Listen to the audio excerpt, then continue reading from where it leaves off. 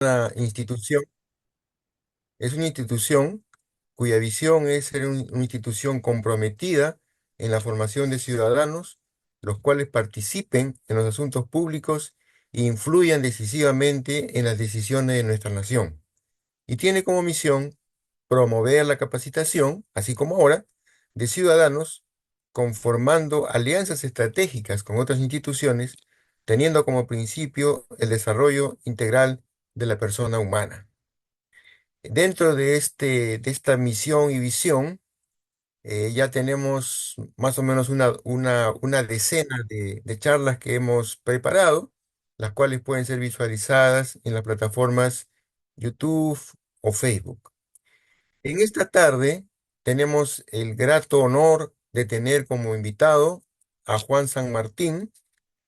eh, una breve semblanza, su formación académica: él es licenciado en Historia por la Universidad Nacional Federico Villarreal, egresado de la maestría en Historia por la Universidad Nacional Mayor de San Marcos, y en cuanto a sus cargos, ha sido director o es director todavía de la revista de Historia y Cultura Tiempos.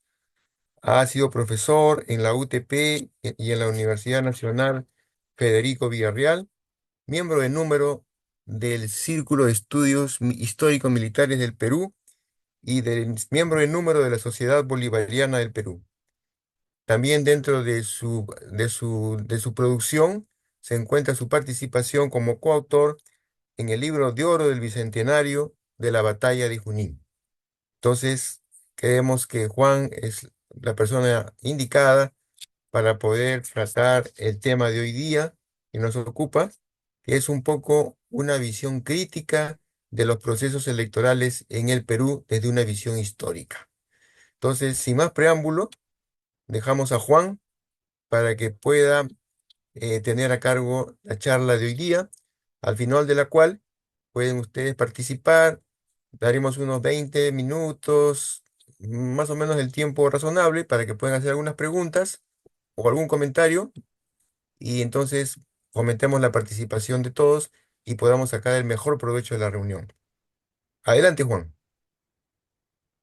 Buenas tardes, gracias por la invitación, Ángel, Borsi y hermanos del grupo Tucuy. Eh, yo voy a hablar entonces acerca de el proceso electoral en el Perú desde una perspectiva de historia crítica, ¿no?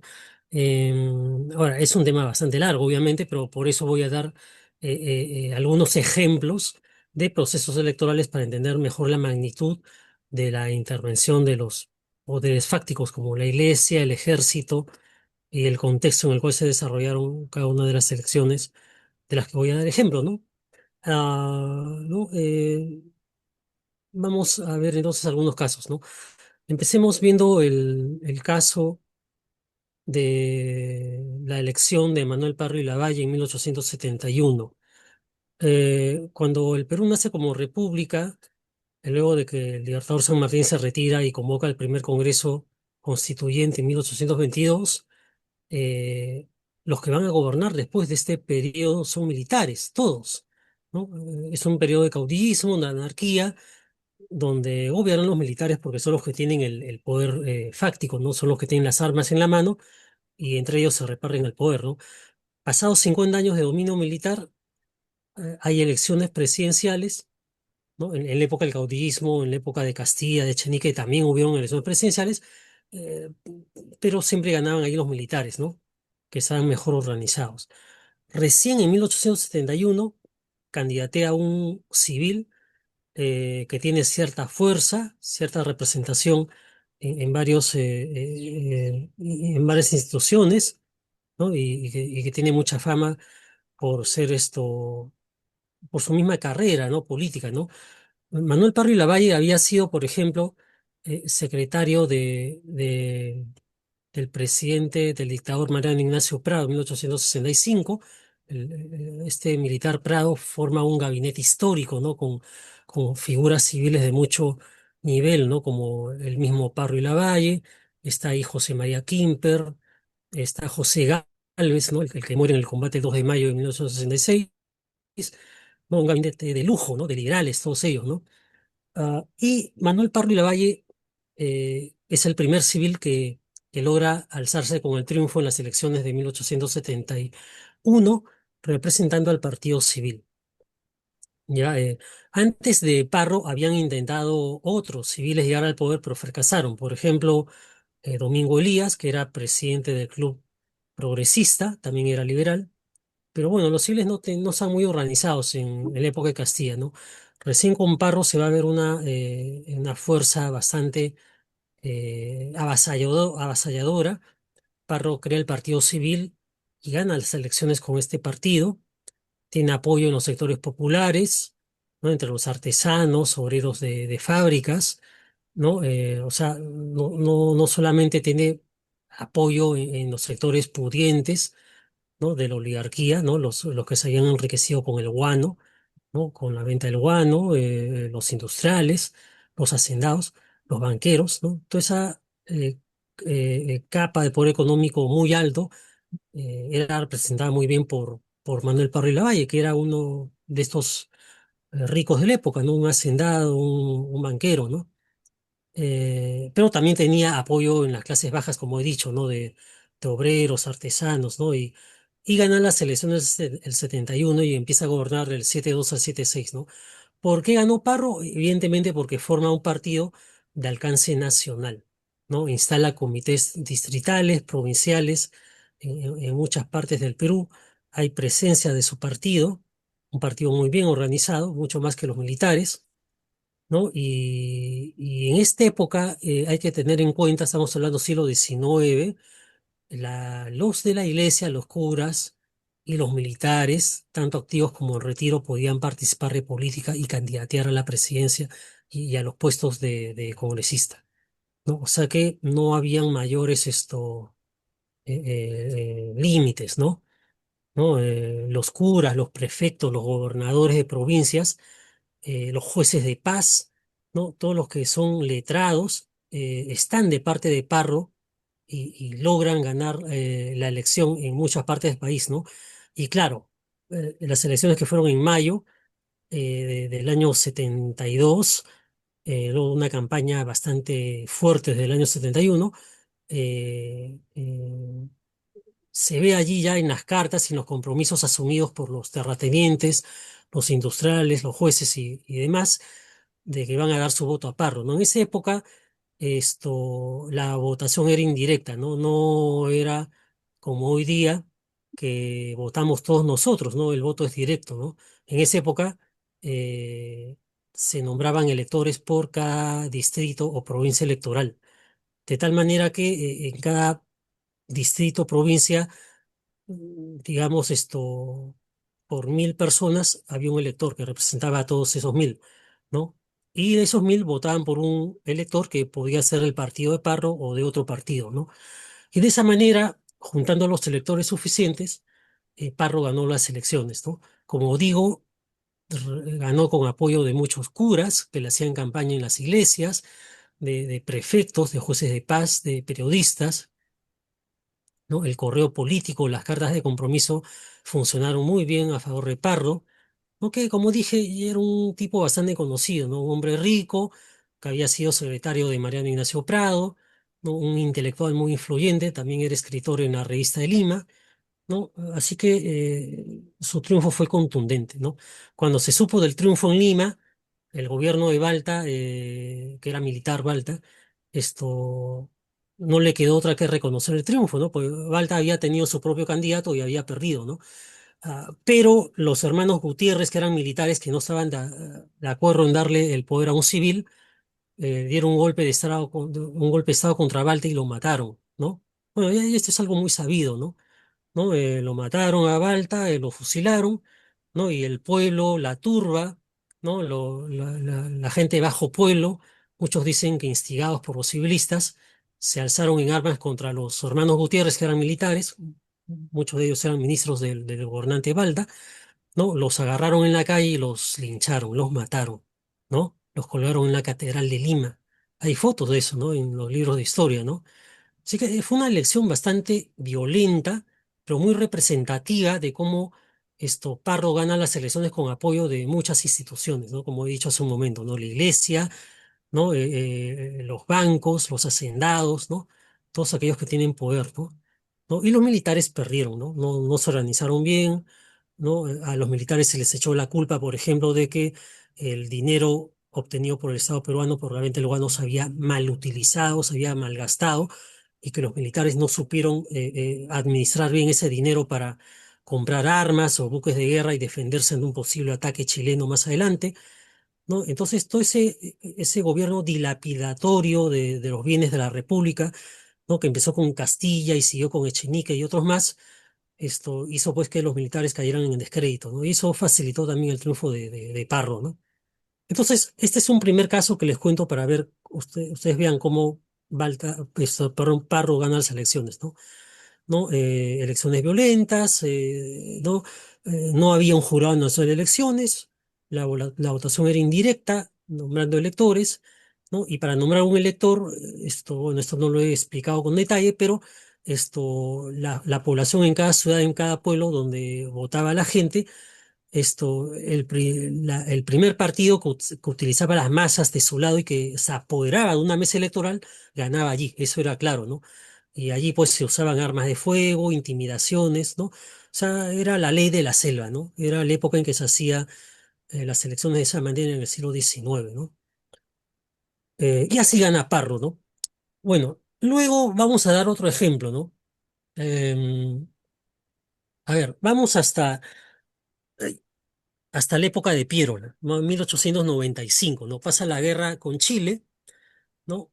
Todavía no hay jurado en las elecciones, y ahí Piérola gana las elecciones del año 95, luego de un compromiso, de un acuerdo político entre muchos partidos políticos, ¿no? Sobre todo el Partido Civil que apoyó a Nicolás de Piérola, que era pues del Partido Demócrata, un partido antiguo, ¿no? Estos partidos civiles no, ya no existen, dicho sea de paso, ¿no? Eran partidos pequeños, no muy organizados, ¿no? ¿No?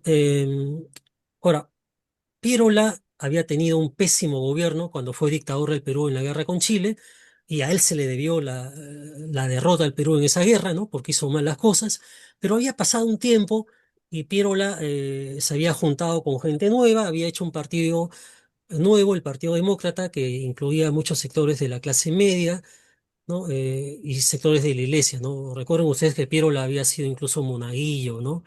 De un cura, ¿no? Y tenía mucho alcance dentro del clero, ¿no? Era muy reputado, ¿no?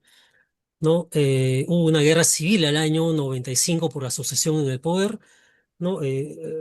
Hay que decir que el mariscal Andrés Avelino Cáceres había ganado las elecciones en el 94 con trampa, ¿no? Aprovechando que Justiniano Borgoño era de su partido y era el que había convocado las elecciones antes, y le había favorecido en la campaña y en los votos, ¿no? Pero la población no estuvo de acuerdo con el triunfo de Cáceres y apoyaron a Piérola, que se sublevó contra el gobernante que había sido electo, Cáceres, ¿no? Para un segundo gobierno, ¿no?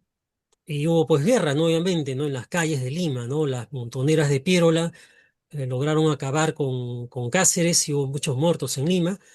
Y finalmente, como dije, hay un acuerdo político entre los principales partidos de esa época, Partido Civil, Partido eh, Liberal, el partido de Manuel González Prada, no me acuerdo ahorita el nombre, creo que era la Unión Nacional y varios más, ¿no? Y decidieron que gobierne Piérola, ¿no? Hay un acuerdo político y es nombrado Piérola como presidente, ¿no? ¿No? Y gobierna 4 años, en esa época se gobernaba 4 años, ¿no? Del 95 al 99, ¿no? Piérola llega al poder entonces por apoyo de un consenso político de todos los partidos de esa época, ¿no? Como he dicho, ¿no? ¿No? Y porque se veía que ya era un tipo distinto, había cambiado, ya no era el Piérola rebelde, el Piérola ignorante de la época de la guerra con Chile, ¿no? Y en efecto, Piérola hace un buen gobierno, ¿no? Apoyado por todas las instituciones del Estado, ¿no? Inclusive, Piérola, en el año 1897 crea el patrón de la libra peruana de oro, ¿no? La moneda de oro de Perú, ¿no? Que tiene un fuerte respaldo económico y un fuerte valor internacional, ¿no? Que valía el mismo, tenía el mismo valor que la libra esterlina inglesa, ¿no? O sea, que era una moneda fuerte, ¿no? Además, Piérola crea durante su gobierno de 4 años la Escuela Militar de Chorrillos para profesionalizar el ejército y evitar la indisciplina y aquellas cosas que hicieron que el Perú pierda la guerra ante Chile, ¿no? En el 79, ¿no? Porque hubo mucha indisciplina y división. Ya con la Escuela Militar de Chorrillos, las cosas cambian, ¿no? Se profesionaliza el ejército, Piérola contrata a una misión militar francesa que va a educar y a enseñar estrategias militares a los militares peruanos, ¿no? Y entonces hay mucha mejora en todos los ámbitos, ¿no? En esa época, ¿no? ¿No? El Perú ya estaba en época de Piérola recomponiéndose de la crisis ocasionada por la guerra con Chile, ya se estaba saliendo del fondo de la crisis, ¿no? Y ya para la época de Piérola ya el Perú había aumentado sus exportaciones de varios metales, ¿no? El Perú siempre fue minero, exportador de zinc, de cobre, de plomo, ¿no? Además de los productos tradicionales, ¿no? Como por ejemplo el caña de azúcar, ¿no? También se exportaba mucho el caucho en esa época, ¿no? El caucho, ¿no? Así que fue una época en la que hubo mucha bonanza económica y con Piérola y los posteriores gobiernos empieza el periodo de la República Aristocrática, en que se alternan en el poder el Partido Civil y el Partido Demócrata, ¿no? ¿No? Partidos compuestos por gente rica, ¿no? Hacendados, terratenientes, banqueros, ¿no? Y todo ese sistema político que funcionó como sistema político culminó con el golpe de Estado de Leguía el año 19, ¿no? ¿No? Llega al poder un tipo como Leguía, que era de clase media, ¿no es cierto? Que gobierna 11 años de una manera autoritaria, dictatorial, ¿no?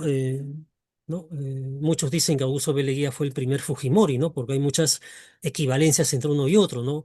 Un civil que se vuelve dictador con apoyo del ejército, ¿no? Un tipo que representa a la clase media, los tecnócratas, ¿no? Y obviamente, como en toda dictadura hay corrupción, hay persecución de políticos opositores. En la época de Leguía hubo muchos destierros, ¿no? Contra gente del Partido Civil que salió exiliada a Chile, Argentina, ¿no?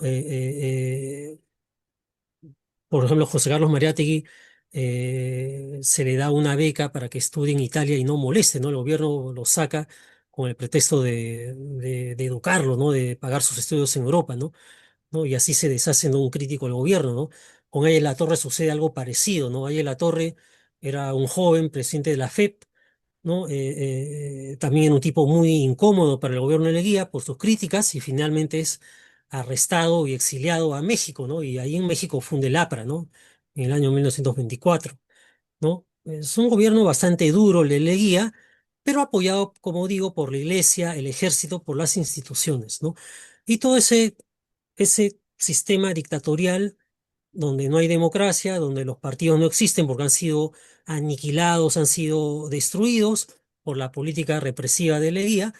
Ese gobierno de 11 años llega a su fin de mala manera por la crisis que hubo a raíz de la bancarrota, de la quiebra de la Bolsa de Nueva York en Estados Unidos, el año 29, ¿no?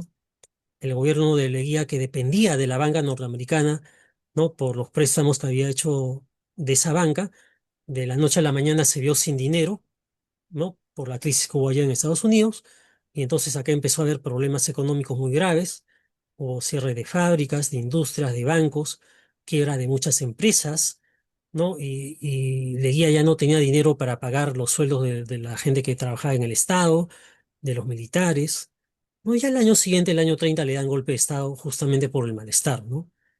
Por todo el malestar que hubo, ¿no? Y como ya es sabido, pues el golpe lo hizo el famoso comandante Sánchez Cerro, ¿no? Cuando gobierna Sánchez Cerro, que gobierna unos meses, ¿no? Y luego baja al llano para presentarse como candidato a la presidencia el año 31, perdón, ocurren dos cosas, ¿no? Primero, sigue habiendo una represión muy fuerte contra elementos que son tildados de radicales y terroristas, delincuentes.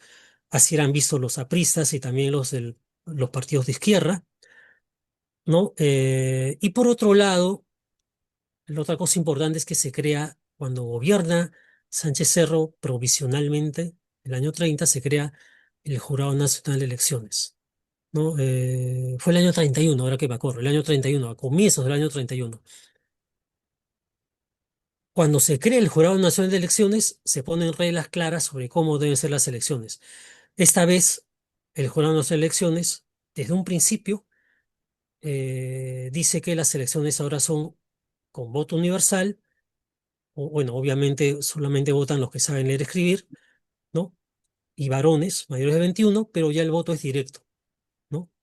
El voto es directo, es un voto todavía censitario, es decir, que solamente votan los que tienen cultura, letras, pero ya el voto es directo, ya no se nombra ningún elector. Es decir, el votante, ¿no? El abogado, el periodista, el maestro, va a las ánforas y vota por el candidato a la presidencia que cree conveniente. ¿Quiénes se presentaron a las elecciones del 31? Se presenta el mismo Sánchez Cerro, que había dado el golpe de Estado contra Leguía, y se presenta Víctor Gabriel de la Torre, que había vuelto del exilio, estaba en México, ¿no? ¿No? Y los dos tienen fuerzas muy parejas, ¿no? Sánchez Cerro es apoyado por la iglesia, ¿no? Por el ejército. En esa época todavía el ejército votaba, ¿no? Los del ejército tenían derecho al voto. Ah, ¿no? También los empresarios, ¿no? El diario El Comercio era decididamente favorable a Sánchez Cerro. Mientras que, por otro lado, Valle La Torre tenía pues el apoyo de la clase media, de los sectores emergentes, ¿no? Llámese comerciantes, dueños de fábricas, gente que vive en las ciudades, ¿no?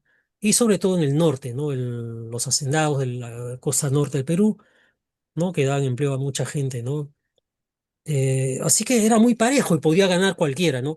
Y en esas elecciones que el Jurado Nacional de Elecciones supervisó, ¿no? Con supervisores, una serie de funcionarios, produjeron las elecciones y dado los resultados, Sánchez Cerro ganó por apenas unos miles de votos, por apenas unos miles de votos, ¿no? Ahí la Torre no reconoció el triunfo de Sánchez Cerro, dijo que hubo fraude, ¿no? Y al año siguiente, el año 32, empezó una revolución aprista en Trujillo contra el gobierno de Sánchez Cerro y hubo en Trujillo miles de muertos, ¿no? Entre militares y apristas. De ahí es que viene el encono y el enojo de los militares contra Ayala Torre, ¿no? Y se juramentaron a que no llegue a ser presidente nunca Ayala Torre mientras esa generación de militares estuviera en actividad, ¿no? Por eso es que después Ayala Torre, ¿no? Debiendo haber ganado las elecciones del año 62, 63, no las ganó porque el ejército dio un golpe de Estado contra Prado y lo sacó el año 63, o 62 fue el golpe contra Prado, ¿no? Y pusieron allí a Pérez Godoy y luego a Lindley, ¿no? Pero bueno, vamos a llegar a eso después, ¿no? El asunto es de que el año 31 gana Sánchez Cerro, nuevamente, ¿no? Si hacemos la crítica histórica con apoyo de instituciones fácticas. La Iglesia, ¿no? Que convence a los feligreses de que votar por ahí en la Torre es votar por un delincuente, ¿no? Y por el ejército que en esa época votaba, ¿no? Y que tenía el poder, pues, de las armas, ¿no? Y de poder convencer a la gente, ¿no? Y así, pues, gana Sánchez Cerro, ¿no? Que es un gobierno bastante violento, de represión contra los apristas y contra el pueblo. Producto de toda esa violencia, ya ustedes saben que Sánchez Cerro es asesinado, ¿no? En el campo de Marte, en un desfile del ejército que se preparaba para ir a la guerra contra Colombia, ¿no? ¿No? El asesino fue un aprista, ¿no? Bueno, el asunto es de que es una época de mucha violencia, ¿no? Los años 30, le sucede a Sánchez Cerro por orden del Congreso, ¿no? El Congreso nombra como reemplazante a Óscar Benavides, que era otro militar que tenía experiencia de gobierno, ya había sido presidente el año 14, ¿no? Cuando le había dado golpe de Estado a Billinghurst, ¿no? Benavides gobierna hasta el año 39, ¿no? 6 años de gobierno, ¿no? Del 33 al año 39. Una cosa importante y que me había olvidado de decir es de que mientras gobierna Sánchez Cerro el año 33, antes que lo maten, antes que lo asesinen, había, se había dado la Constitución del año 33. Y esto es importante, ¿por qué? Porque esa Constitución es moderna, ¿no? Y esa Constitución, por ejemplo, en uno de sus artículos, el artículo 54 de esa Constitución dice claramente que los partidos de carácter internacional no pueden participar en la vida política del Perú. Y de ese lado, y por ese artículo, quedaban fuera de la ley el APRA y el Partido Comunista de Perú. El APRA, ¿por qué? Porque era un partido que se había fundado en México y tenía bases en varios países de América Latina, ¿no? ¿No? En Chile, por ejemplo, la Unión Cívica Radical. En Argentina, el partido de Perón, del justicialismo, ¿no? Que tiene fundamentos apristas, ¿no? Y así, ¿no? Entonces, el APRA fuera del escenario político nacional por esa Carta Constitucional del año 33. Y el Partido Comunista de Perú también fuera. ¿Por qué? Porque cuando Mariátegui funda el Partido Socialista del Perú el año 28, lo que hace Mariátegui es hacer un socialismo de la peruana, pero Mariátegui muere el año 30 y sus sucesores, como Eudosio Rabines, afilian el partido de Mariátegui a la Tercera Internacional de Moscú y sigue los dictados del comunismo ruso, del comunismo internacional. Y ahí es que se vuelve internacional el Partido Comunista Peruano, ¿no? Porque sigue todas las enseñanzas y normas políticas de la Tercera Internacional de Moscú, ¿no? Así que los dos partidos quedan fuera de la vía política nacional y en adelante, ¿no? Hasta el año 79, pues esto participan partidos de clase media como Acción Popular, ¿no? El Frente Democrático, ¿no? Encabezado, por ejemplo, por Bustamante y Rivero, ¿no? Y en fin, ¿no? Sería largo enumerar la lista, ¿no? ¿No? El año 39, cuando deja el poder Benavides, hay convocatoria de elecciones, ¿no? Y ahí hay algo a mí que me llama la atención, que he estado leyendo unos libros acá de historia que tengo, ¿no? Ahí hay un caso de fraude bastante notorio. El año 39 hay elecciones y hay dos candidatos fuertes, ¿no? Uno es José Quesada, un hacendado, que tiene apoyo pues de los grandes oligarcas industriales y agrarios que hay en el país, ¿no? Mientras que el otro candidato es Manuel Prado Ugarteche, ¿no? Que era hijo del famoso Mariano Ignacio Prado, ¿no? Que había gobernado el año 66 y que también había gobernado en el año 79 cuando hubo la guerra con Chile, ¿no? Y que había huido, según las malas lenguas, con el dinero que se había juntado y había robado ese dinero, ¿no? Lo cual para mí es una leyenda negra, ¿no? ¿No? Se le inventa eso a Prado para, digamos, crear una justificación de la derrota, ¿no? En esa guerra, ¿no? Pero ya hay libros documentados bastante concisos, con pruebas documentales de que en efecto Mariano Ignacio Prado no había robado nada, ¿no? Mariano Ignacio Prado juntó dinero, juntó las joyas de las damas de la sociedad limeña en el año 69 y se fue a Europa a comprar barcos y buques para volver y rearmar al Perú, pues estábamos en mala situación, ¿no? Se había perdido la guerra en el mar, Grau había muerto en el combate de Angamos, ¿no? Y la idea de Prado era buena, pero ¿qué pasó?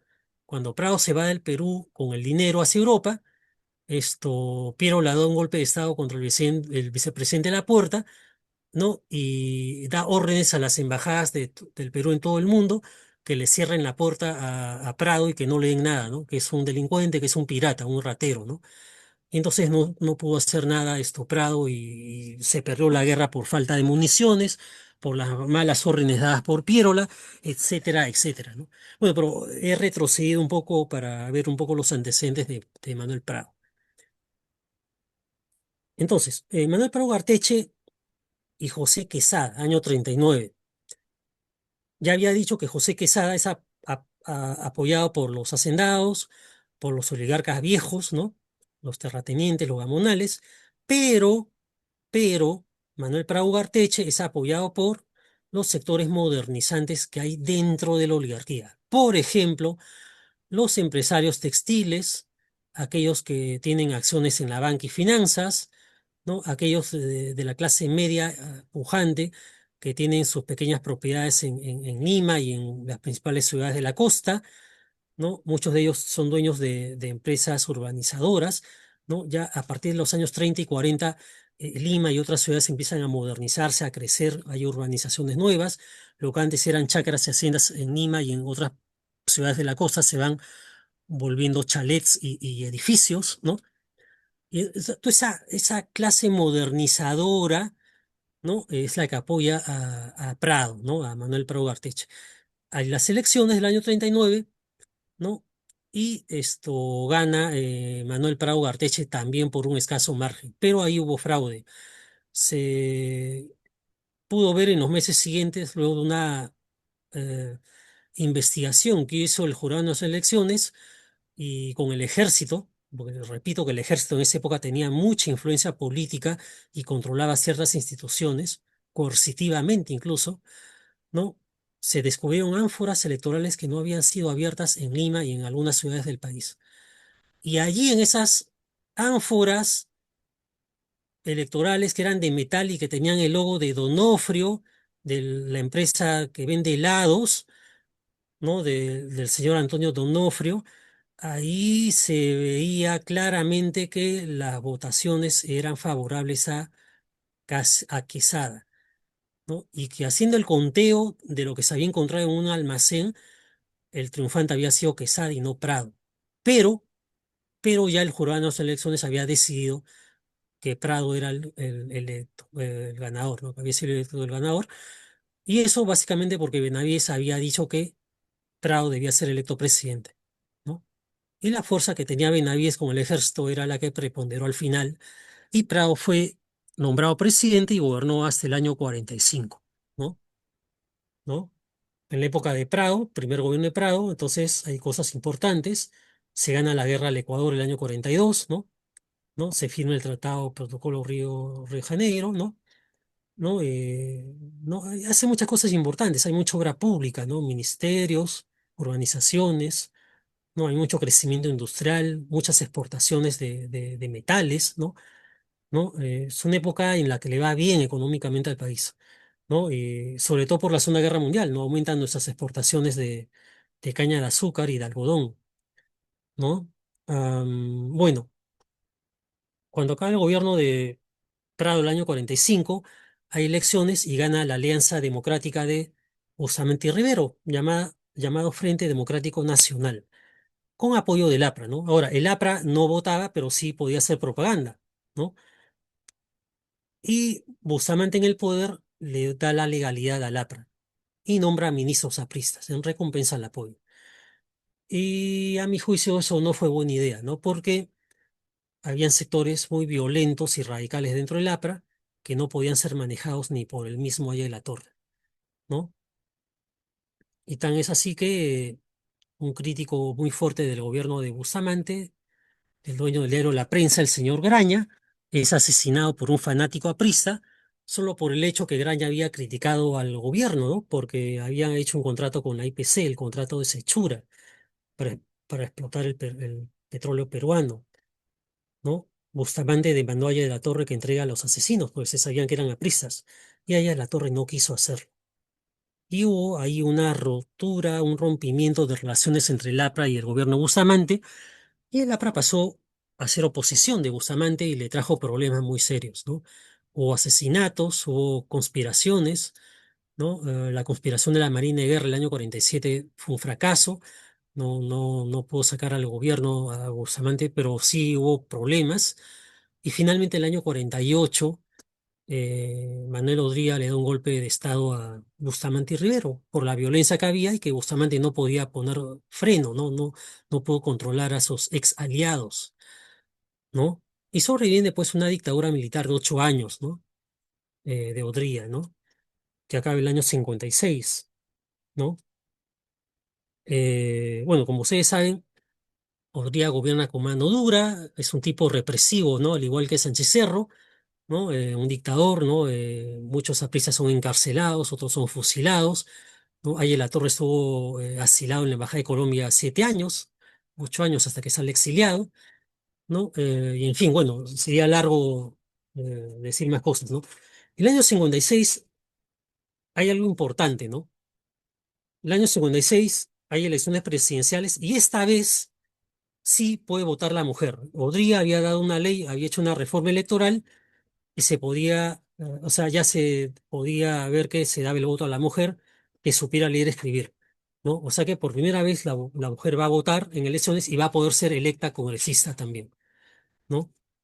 En esas elecciones gana nuevamente Manuel Prado Ugarteche, con apoyo del APRA, ¿no? Es un gobierno de 6 años que hace cosas importantes, ¿no? ¿No? Hay cierta bonanza económica, ¿no? No tanto como el primer gobierno, pero hubo bonanza económica, ¿no? Y se construyeron muchos barrios populares, ya había migración del campo hacia la ciudad, a Lima sobre todo. Lima empezaba a crecer, ¿no? Habían asentamientos humanos en muchas partes, ¿no? En San Juan de Dios, en Atocongo, en Comas, aquí en San Martín de Porres, donde yo vivo, ¿no? Esta barriada 27 de octubre, ¿no? En fin, bueno, Prado tuvo que solucionar muchos problemas de vivienda para la gente pobre, ¿no? Ahora, lo importante viene al final, ¿no? Llega el año 62 y acaba el gobierno de Prado, el segundo gobierno de Prado acaba, hay elecciones y hay tres candidatos fuertes, ¿no? Están Belaunde con Acción Popular, está ahí La Torre con el APRA y, y está Odría, ¿no? Con la Unión Nacional de Odorista. Eh, los dos candidatos más votados fueron Ayala Torre y Belaunde, pero ninguno de ellos llegó al mínimo requerido para ser nombrado presidente. Y la ley electoral en esa época decía que correspondía al Congreso nombrar al nuevo presidente de los dos primeros que habían obtenido mayor votación, ¿no? No había segunda vuelta en esa época, así era declara la ley, ¿no? Y entonces ahí viene el problema que les digo, ¿no? Que viene el encono del ejército, ¿no? ¿No? Habían militares todavía vivos de la época de Sánchez Cerro, que seguramente en esa época ya eran viejos, pero que tenían mando y ascendiente dentro de la Fuerza Armada, ¿no? Y para evitar que Aya La Torre sea nombrado presidente por el Congreso, porque iba a ser así de todas maneras, dado que el APRA había apoyado al gobierno de Prado y el Congreso estaba muy influido por el presidente Prado y por el APRA, era claro que Aya La Torre iba a ser nombrado presidente. Y entonces, antes que el Congreso dé alguna declaración o una resolución, el ejército dio un golpe de Estado contra Prado y lo sacó del poder, ¿no? Y entonces gobierna el ejército un año, del 62 al 63, ¿no? El golpista es Ricardo Pérez Godoy, del ejército, ¿no? Gobierna unos meses porque parece que tiene una línea un poco dura, inflexible y personalista, y lo sacan del poder a los 6 meses a él y lo nombran en su reemplazo al almirante de la Marina, Nicholas Lindley, ¿no? Y Lindley gobierna hasta el año 63, ¿no? Y esto convoca elecciones nuevamente el año 63 y ahí nuevamente se presentan otra vez Odría, Aya y Belaunde, ¿no? Y esta vez gana Belaunde Terry abrumadoramente, logrando el mínimo requerido y es electo presidente, ¿no? Para un gobierno de 6 años, ¿no? Del 63 al 69, ¿no? Un gobierno con muchas dificultades, ¿no? Había mucha demanda por reforma agraria, ¿no? Porque había muchos campesinos en muchas partes del país que eran maltratados por los hacendados y los gamonales, sobre todo en el sur, ¿no? Las haciendas de la sierra, ¿no? ¿No? Habían guerrillas que se sublevaron contra el gobierno de la UNDE, por ejemplo, la guerrilla de Luis de la Puente Uceda, exaprista, ¿no? Demandando la reforma agraria en la convención, ¿no? Había también crisis económica, ¿no? No se había hecho bien las cosas económicamente en el gobierno de Belaúnde, ¿no? Hubo muchos problemas, ¿no? Quizá lo único positivo de Belaúnde fue que era un verdadero demócrata y respetó eh, la crítica de los medios de comunicación, ¿no? Construyó la carretera marginal de la Selva, el aeropuerto Jorge Chávez, también la residencial San Felipe, ¿no? En Jesús María. O sea que sí hizo obra pública, pero económicamente no fue muy bueno el régimen de Belaúnde. Finalmente llega el año 68 y el error de Belaúnde es firmar el Acta de Talara con la IPC de Estados Unidos para que esta empresa norteamericana desarrolle y explote el petróleo de Talara, el petróleo peruano, ¿no? Y hay todo ese famoso escándalo de la página 11, ¿no? Desaparece la página 11 del contrato, donde figuraba el precio del barril de crudo de petróleo, que se le vendía pues a esta empresa extranjera a un precio muy bajo, ¿no? Prácticamente se le estaba regalando nuestro petróleo a esa compañía estadounidense. Y entonces un sector nacionalista dentro del ejército se subleva y da un golpe de Estado contra Belaúnde, ¿no? Ese golpista es Juan Velasco Alvarado, ¿no? Y empieza pues una dictadura de 12 años, ¿no? Que tiene dos partes, ¿no? La de Velasco que era revolucionaria, ¿no? No hacer la reforma agraria y otras cosas más. El gobierno del año 68 al 75, ¿no? Las reformas que dieron arruinaron al país económicamente, aunque en lo social se hizo justicia con el campesino porque dejó de ser esclavo o siervo de los hacendados, ¿no? Cada campesino, al fracasar la reforma agraria, ¿no? Porque fue un fracaso económicamente, cada familia campesina pudo tener su chacra, su sembrío, ¿no? Se acabó con el experimento de tratar de hacer una producción agrícola a gran escala para exportar, ¿no? Porque al tomar por la fuerza los campesinos la tierra, se, se repartieron la tierra entre ellos, entre las familias, y aparece el minifundio, ¿no? Y entonces el consumo agrícola es básicamente de autoconsumo para las familias, ¿no? Ya no hay exportación, caen las estadísticas de la agricultura, ¿no? Hay un bajo índice de exportación casi nulo, ¿no? Así que en ese aspecto económicamente no fue bien hecha la reforma agraria, no fue bien planificada, pero sí culminó con esa consecuencia que he dicho de que el campesino por fin fue dueño de la tierra que trabajaba, ¿no? Como lo quería Velasco.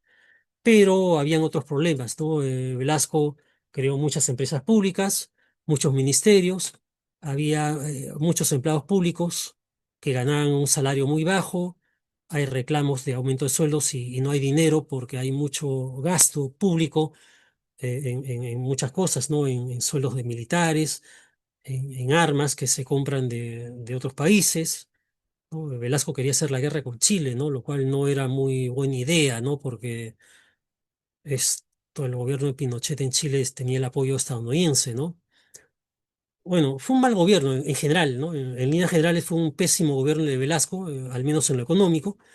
Y luego le sucede esto Morales Bermúdez, que decide que los civiles vuelvan al mando de la democracia porque ya los militares no querían gobernar el Perú, ¿no? ¿No? Había mucha crisis, muchos problemas, muchas huelgas de obreros, ¿no? Porque la plata no alcanzaba, ¿no? Por ejemplo, a Velasco esto es bueno que lo sepan, o que ustedes lo saben, porque seguramente lo han vivido, ¿no? Tienen más años que yo, ¿no? El año 75, por ejemplo, hubo una huelga de la policía, en febrero del año 75, ¿no? ¿Por qué se sublevó la policía contra el gobierno? Porque 2 meses no les pagaban su sueldo. A ese nivel había llegado el gobierno de Velasco de empobrecimiento y de crisis, ¿no? Y claro, Velasco era un tipo disminuido, le habían quitado una pierna, estaba enfermo, no tenía autoridad ni control sobre el gobierno, ¿no? Y bueno, entonces hubo eso, no hubo problemas, ¿no? ¿No? Bueno, se mandó al ejército a la calle a controlar esa huelga policial, y hubo muertos, hubo saqueos, hubo incendios en Lima, ¿no?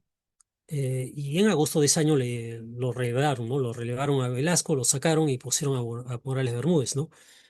Y Morales Bermúdez, como dije, pues esto, como ya no quería gobernar los militares, el mismo Morales Bermúdez decidió poner ministros civiles como Silva Ruete y otros, y luego esto anunció pues la vuelta a la democracia, ¿no? La convocatoria de elecciones, ¿no? Se da la Asamblea del 78, la Constitución del 79, ¿no? Es firmada por ahí La Torre, y luego las elecciones del 80, donde gana Belaúnde, ¿no? Nuevamente, ¿no? Y bueno, ya ustedes saben que en la década del 80 pues hay problemas, ¿no? Aparece el terrorismo que se había estado incubando durante el gobierno militar, ¿no? Eh, Además hay crisis económica, ¿no? Porque la moneda peruana se había devaluado demasiado, había mucha inflación, ¿no? Fue una época muy difícil que sería muy largo comentar, pero en el aspecto político y de crítica histórica que tendría que hacer yo es de que en esa época del 80 fue una oportunidad perdida. ¿Por qué? Porque habían partidos políticos muy sólidos, bien organizados, como la Acción Popular, el PPC, el APRA.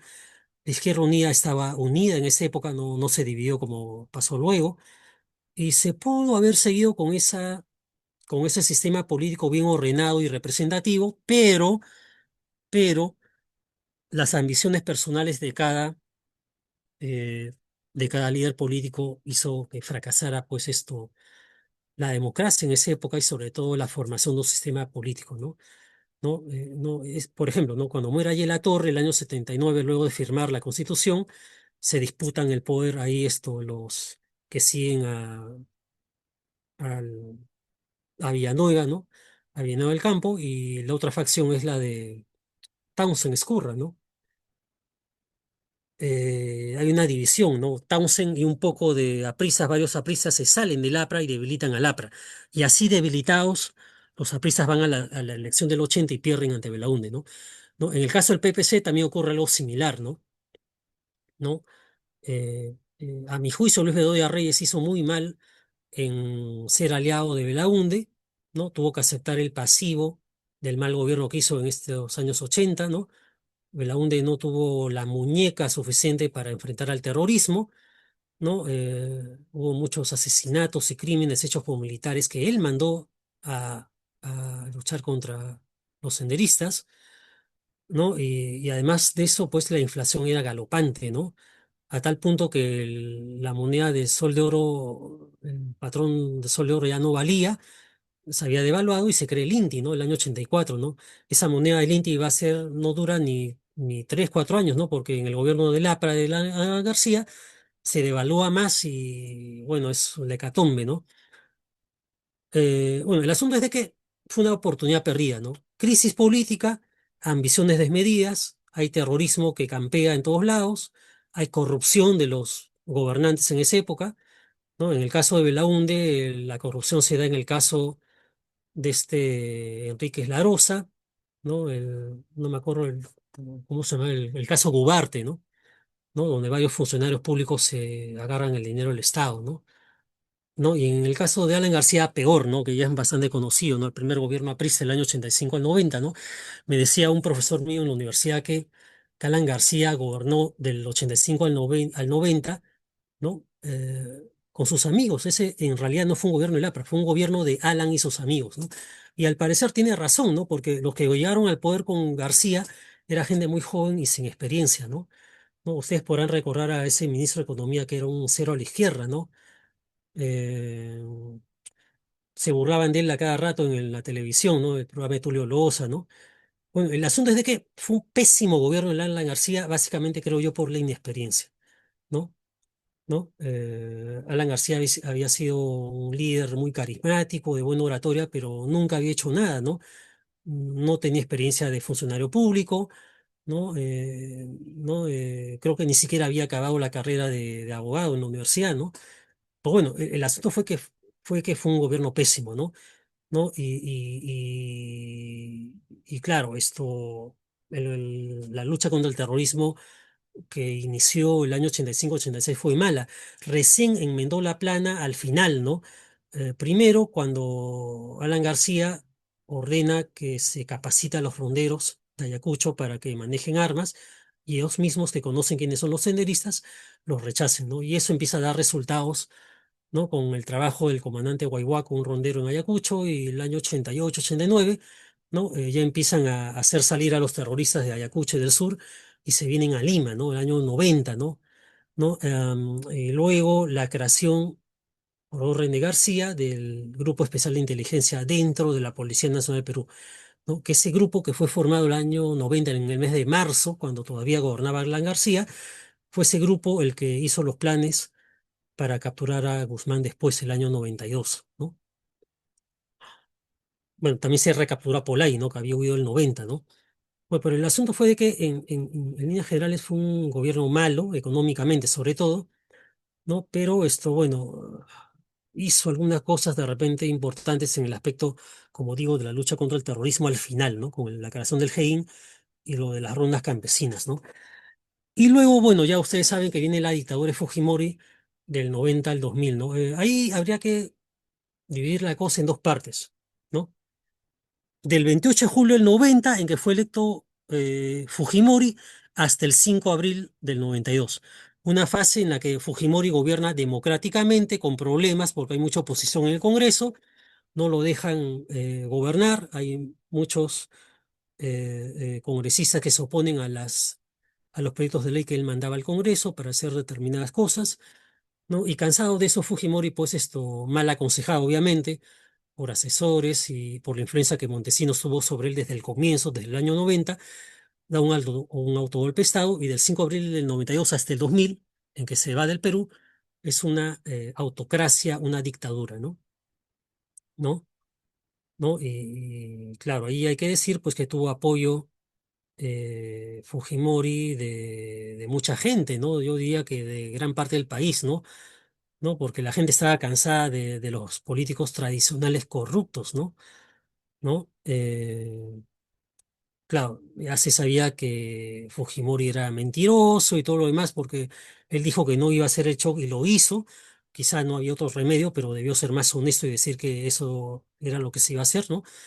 ¿No? Vargas Llosa, bueno, de repente por ser muy honesto no ganó las elecciones, ¿no? Pero bueno, Fujimori lo hizo y ya vimos las consecuencias, ¿no? Claro, en el aspecto económico se solucionó la crisis, pero fue un gobierno entreguista, ¿no?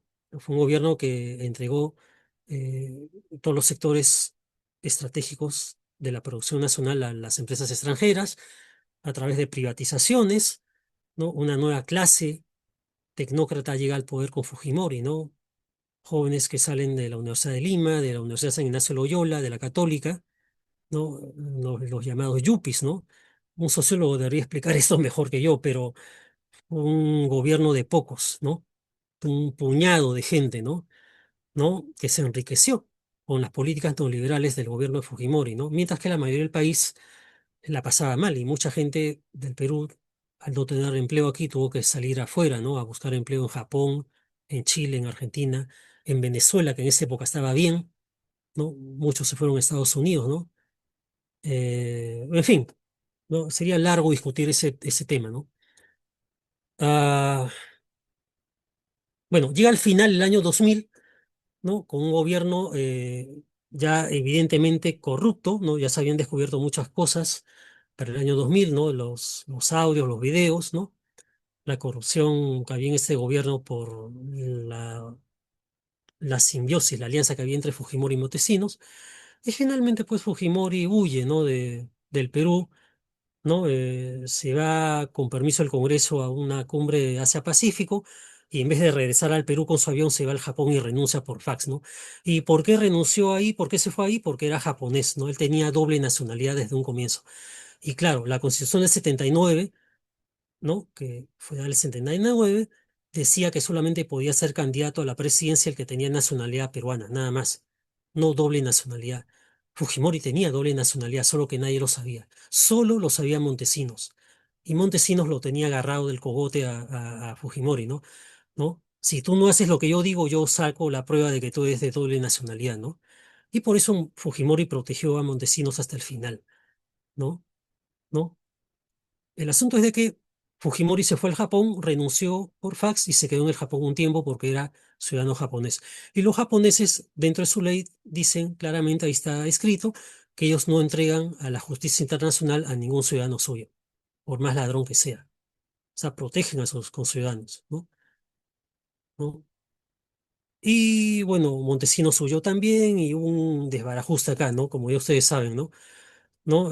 Finalmente Valentín Paniagua es electo presidente provisional, ¿no? Luego se da la Comisión de la Verdad y Reconciliación, se hace el famoso informe para saber quiénes eran los responsables de las víctimas de la lucha contra el terrorismo y todo lo demás, ¿no? Y ahí se ve pues claramente que una buena parte de la culpa de las muertes de esta guerra contra el terrorismo la tuvo Sendero Luminoso y el MRTA, pero también una buena parte era culpable el ejército y la marina, ¿no? Que mataron a muchos inocentes en varios lugares, ¿no? En Callara, en Putis, ¿no?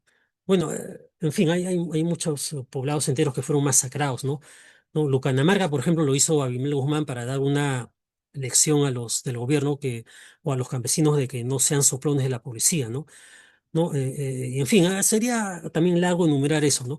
Pero el asunto en el aspecto político es de que hay una crisis institucional y política del Estado peruano a raíz de la dictadura de Fujimori y que continuó luego en los años siguientes con los gobiernos de Toledo, ¿no? Y demás, ¿no?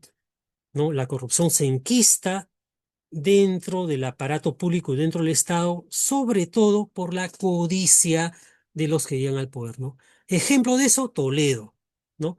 Toledo gana las elecciones ajustadamente a Alan García, que había retornado del exterior, ¿no?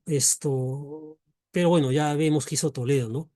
¿no? Hoy se sabe pues de que Toledo firmó con Odebrecht un contrato muy oneroso para el país y encima de eso se agarró dinero mal habido, ¿no? Lo mismo hicieron Ollantumala y otros, ¿no? ¿No? Bueno, pero eso ya sería algo muy contemporáneo que esto creo que podría tratarlo con mayor detalle en una siguiente charla, ¿no? Lo que ocurrió de Toledo para acá, ¿no?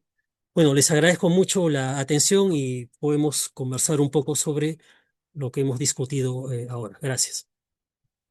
Muy bien, gracias Juan por la exposición que creo que ha sido bastante panorámica y muy ilustrativa. Creo que nos ha dado algunas luces sobre algunos aspectos que no teníamos en cuenta. Y bueno, el tiempo ha corrido, entonces de repente podemos dar lugar a de repente un par de preguntas o un par de comentarios breves. Así que abrimos la sala, por favor, para que puedan algunos de ustedes hacer alguna pregunta o si es un comentario muy breve, por favor. Adelante. Yo tengo una pregunta. Sí, Este, mm, ¿Cuál era antes de este Aya de la Torre, Mariátegui? O sea, por lo que te he escuchado me da la impresión de que antes de ellos, no sé si había algún pensamiento ideológico, algún pensamiento económico que dominara el panorama electoral. Porque da la impresión de que lo que la primacía en esos tiempos era o el poder de las armas o el poder del dinero, ¿no? Pero quizás nos podrías mostrar cuál era el pensamiento, la ideología que había detrás antes de esos. Porque por lo que te he ya, escuchado, como que Mariátegui y Aya, como que ahí empieza una tendencia, ¿no? Pero quizás sí. no es así. ¿Podrías Ya, a ver, explicarlo, voy a por favor? explicar con detalle eso porque es una buena pregunta, ¿no? A ver, esto, como ustedes saben, ahí la Torre crea el APRA en México el año 24 y Mariátegui crea esto, el Partido Socialista Peruano aquí en el Perú el año 28, ¿no? Ahora, estos partidos son partidos de masas, ¿no es cierto? Con una ideología definida, ¿no? Y yo diría que hasta revolucionaria y nacionalista, tanto el APRA como el partido de Mariátegui, ¿no? Son partidos que hoy en día podríamos llamarlos de izquierda, ¿no? El APRA, un partido muy nacionalista, si uno ve las propuestas de Haya, están, por ejemplo, la nacionalización del canal de Panamá, que estaba en manos de Estados Unidos, porque ese país lo había hecho, ¿no es cierto? Y lo tenía en su poder. También Haya La Torre propendía en su doctrina a nacionalizar las tierras y las industrias para darla a los trabajadores, y así una serie de reformas, ¿no? Y Mariátegui algo similar, ¿no? Aunque Mariátegui ponía más énfasis en el bienestar de los obreros y los campesinos, no tanto en la clase media, ¿no? Pero tenía ciertos lineamientos similares a él La Torre, ¿no? Pero antes de ellos, antes de los dos, que aparecen en los años 20, como he dicho, ¿no? En la época anterior a Leguía y la aparición de estos dos líderes, en el Perú hubo, digamos, ideologías anarquistas, ¿ya? No tanto de izquierda o socialista, sino anarquistas, como por ejemplo la de Manuel González Prada, ¿no?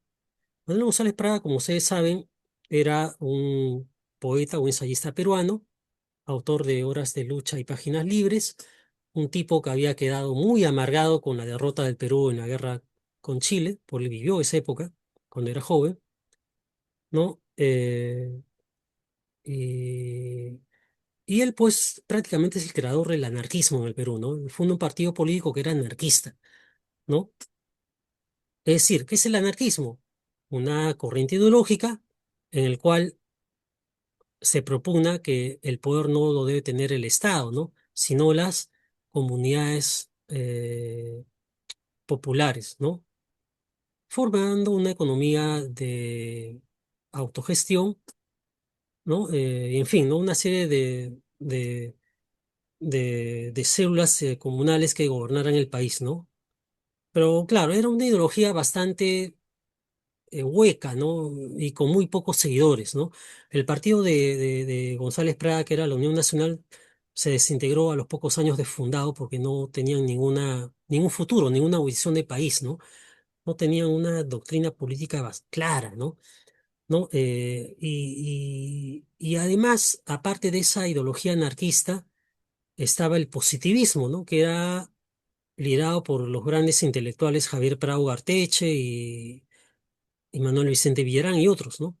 Que eran gente de mucho dinero y muchos de ellos pertenecían al Partido Civil, ¿no? Que son los que gobernaron en la época anterior a Leguía, ¿no? En la República Aristocrática, ¿no? Estamos hablando de 1899 a 1919, ¿no? ¿Y qué es el positivismo, en resumen? Una corriente ideológica en la cual se ve en forma positiva y progresista las tendencias científicas que hay en el mundo.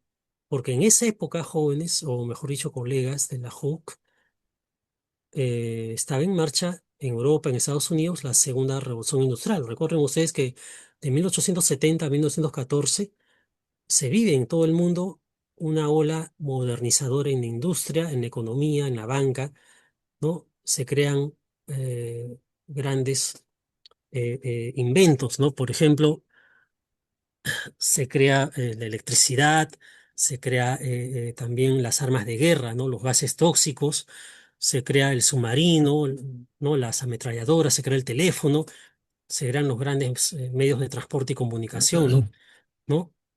¿No? Es una época de mucho avance industrial. Y eso se da en el ámbito del positivismo, es decir, el hombre crea las máquinas, el hombre crea el futuro, el hombre crea el progreso a través de su obra hecha y que se ve en estos inventos, ¿no? Relojes, automóviles, tanques, ametralladoras, submarinos, ¿no? Aparatos electrodomésticos, ¿no? La corriente alterna, ¿no? La obra de Tomás Alva Edison, ¿no?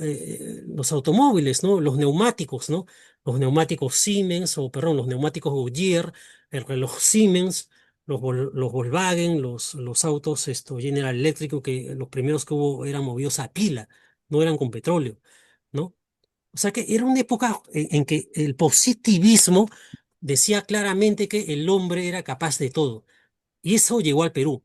¿Y quiénes podían ejercer el positivismo en el Perú? Aquellos que tenían letras, aquellos que llegaron al poder, ¿no? Los Pardo, los Billinghurst, ¿no? Los Leguía, los que tenían luces, los que tenían dinero, ¿no? Por eso en la época de la República Aristocrática hubo mucha bonanza económica, pero, en esa época de bonanza económica en el Perú se enriquecieron solamente la clase gobernante y los ricos, ¿no? Es decir, los campesinos, los obreros, inclusive la clase media era dejada a un lado y no participaba de la riqueza que acumulaban los empresarios, los banqueros y los hacendados, ¿no? ¿No? Así que, Muy bien. claro, creo que ahora ya lo he dicho todo, por eso es que Ya. cuando llega el año 19 Sí. y llega Leguía al poder con una clase política nueva, con la clase media, es el momento de la clase media que apoya a Leguía, un modernizador que da la oportunidad a la clase media de llegar al poder por primera vez, y aparecen también allí Aya y Mariátegui para representar a los más pobres y a los más desposeídos. Gracias. Gracias, Juan. Vamos a dar pase a Beni, que tiene una intervención. Adelante, Beni, por favor. Y después, si alguien más quiere intervenir, por favor, nos avisa. Yo quisiera, ¿Me escuchas? Sí, Ah, claro. Sí, buenas sí. tardes a cada uno de ustedes. Felicitaciones, Juan San Martín. Has dado un muy buen resumen de toda la historia del proceso electoral. Pude leer este libro, Historia de la corrupción en el Perú, Ya. pero realmente tu exposición me ha llenado mucho más, me ha ejemplificado mucho más y ha presentado la forma tan resumida y tan práctica y clara. Muchísimas gracias por ello. Pero tengo una pregunta.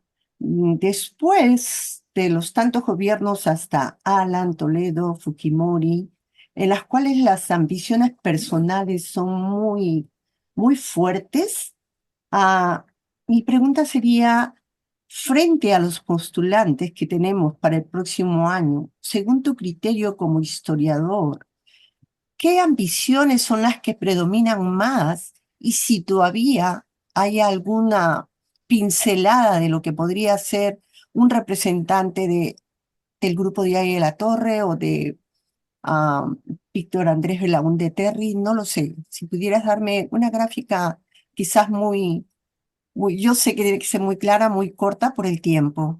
Gracias. Ok, Benny. Bueno, la cosa hoy día está muy difícil, ¿no? Lamentablemente el descrédito de los partidos políticos es muy alto. Ya nadie cree en los partidos políticos por los casos de corrupción, por los malos ejemplos que han habido en los partidos políticos, ¿no? Por ejemplo, Acción Popular está muy desacreditado por ese tema de los niños, ¿no? Ya ustedes saben eso, ¿no? ¿No? De los congresistas que hacen de las suyas, ¿no?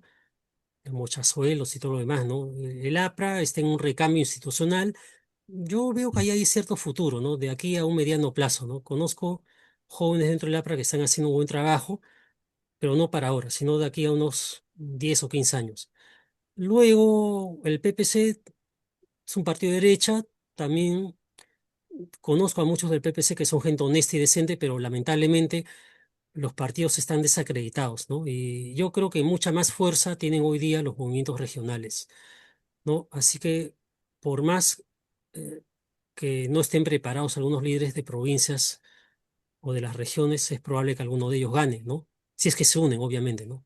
Ahora, si cada uno va por separado, bueno, es posible que pierdan y gane uno de Lima, pero yo veo mucho más fuerza en los movimientos regionales que en Lima, ¿no? Ahora, hay obviamente malos ejemplos, ¿no? No, yo creo que nadie en su sano juicio votaría por el señor Acuña, ¿no? No sé, quizá por añaños, ¿no? Si se rodea de un buen grupo de gente, ¿no?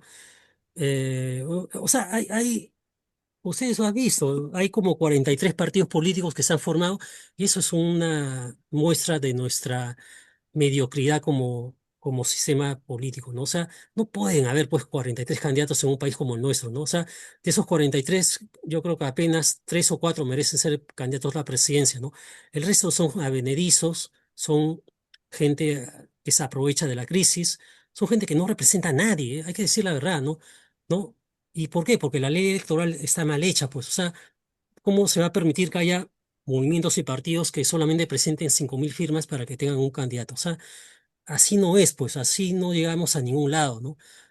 Aquí deberían haber leyes mucho más fuertes que pidan más, ¿no? Que sean más esto, no digo restrictivas, pero que pidan más requisitos para evitar que advenedizos y gente inescrupulosa llegue al poder, ¿no? ¿No? Ya hemos tenido suficiente con lo que pasó el año 21, ¿no? Yo creo Ujú. que el jurado nacional de elecciones debe dar esto, no sé si lo va a hacer ahora o después, pero debería dar correctivos, ¿no? ¿No? Yo, por ejemplo, si en mí estuviera, ¿no? Si yo fuera miembro del jurado nacional de elecciones, diría, ¿no? ¿No? Los candidatos a la presidencia debe ser gente que no tenga líos judiciales de ningún tipo, ¿no? Ni en primera ni en segunda instancia, ¿no? Porque hoy día la ley electoral dice, ¿no? Puede participar como candidato a congresista o a presidente aquel que esto no tiene una sentencia, ¿no? Pero claro, esto, acá en el Perú los juicios son largos, ¿no? Y de repente pasan 10 15 años y ningún culpable es castigado por X motivo, ¿no? Porque compró jueces o fiscales, ¿no? Y entonces esto puede llegar un corrupto al poder fácilmente, ¿no? Entonces yo digo, ¿no?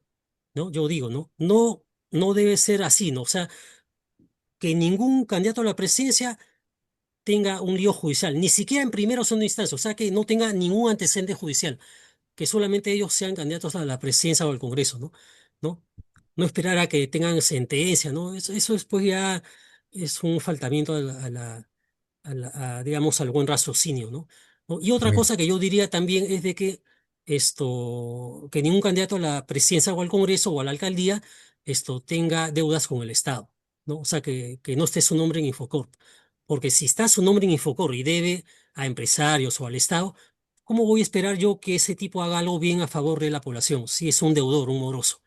¿No? Lo que querrá ese tipo es llegar al poder para sanear sus deudas y robar más y pagar sus deudas con gente o sea, con dinero del fisco, ¿no?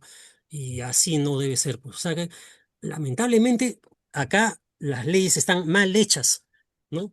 Y debería hacerse una reforma, pero bueno, no sé cuándo se hará eso, ¿no? Ujú. Gracias. Muy Muy bien, Juan, gracias. Vamos a dar una oportunidad a alguien más, por favor, que quiera. Hace un momento creo que había alguien que quiso hablar, por favor.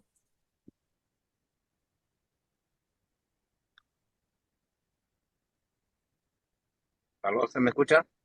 Sí. Sí, adelante, adelante, Juan. Caso, primeramente gracias Juan por tu exposición. Solo una pequeña observación que quizás cuando la pregunta es puntual, la respuesta también debería ser bien puntual. Aparte de eso, todo está magnífico. Te felicito. Quisiera solamente hacer un comentario simple. Entonces, concluyo de que hemos sido gobernados por una sarta de avivatos hasta ahora, ¿no?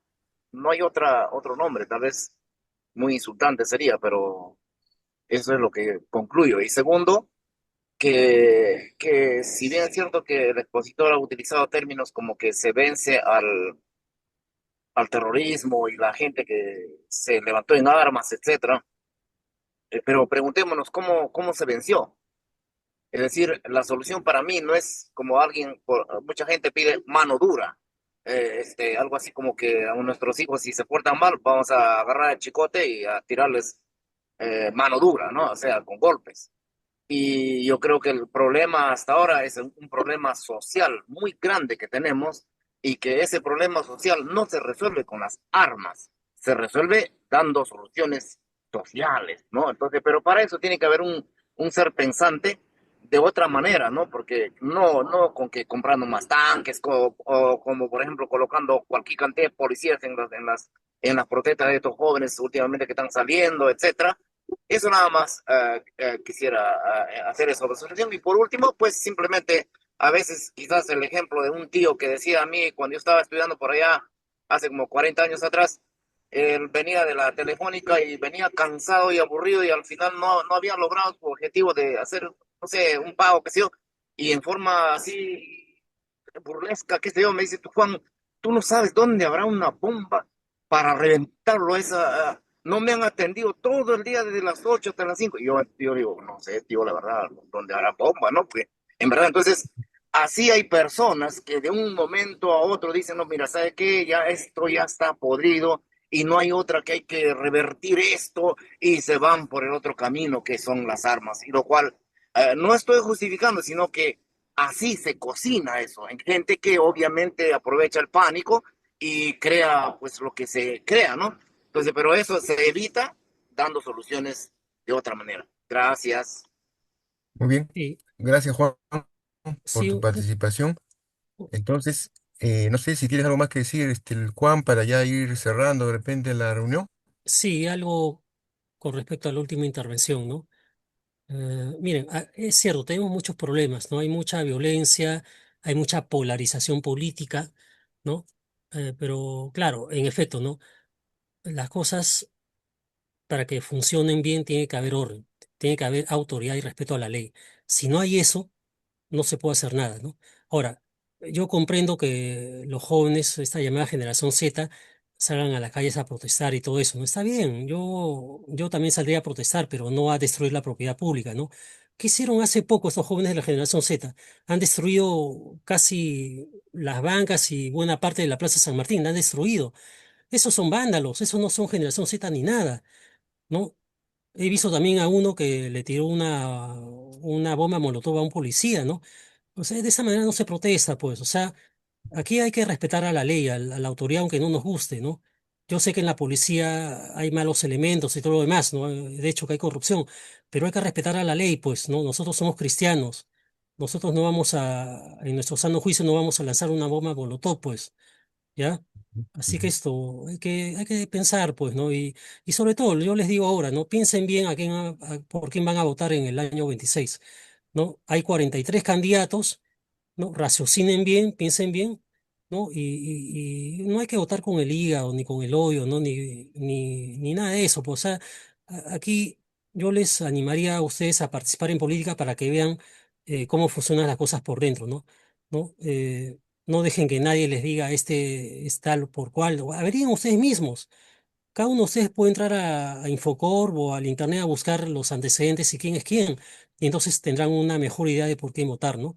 Yo, por ejemplo, ya tengo mi idea de por qué votar, ¿no? Y posiblemente participe en las elecciones como candidato, ¿no? son en tratativas con un grupo, ¿no?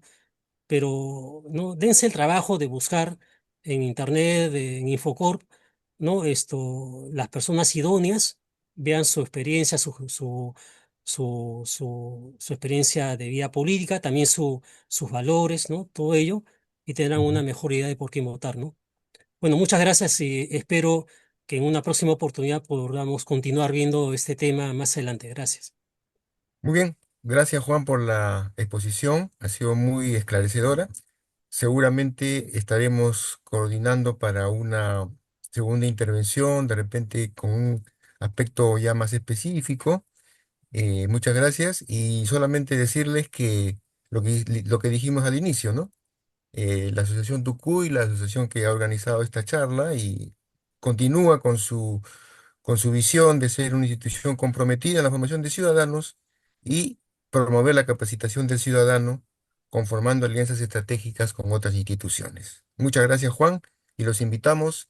De acá a 14 días tenemos otra charla, el día 18 de octubre, y luego el primer sábado de noviembre también tenemos otra charla, así que por favor estén atentos. Vamos a ir avisando, promocionando nuestros eventos y también por favor inviten a otros a participar, que va a ser la forma como nosotros podemos hacer esas alianzas estratégicas con otras personas, otras instituciones. Muchas gracias, los esperamos.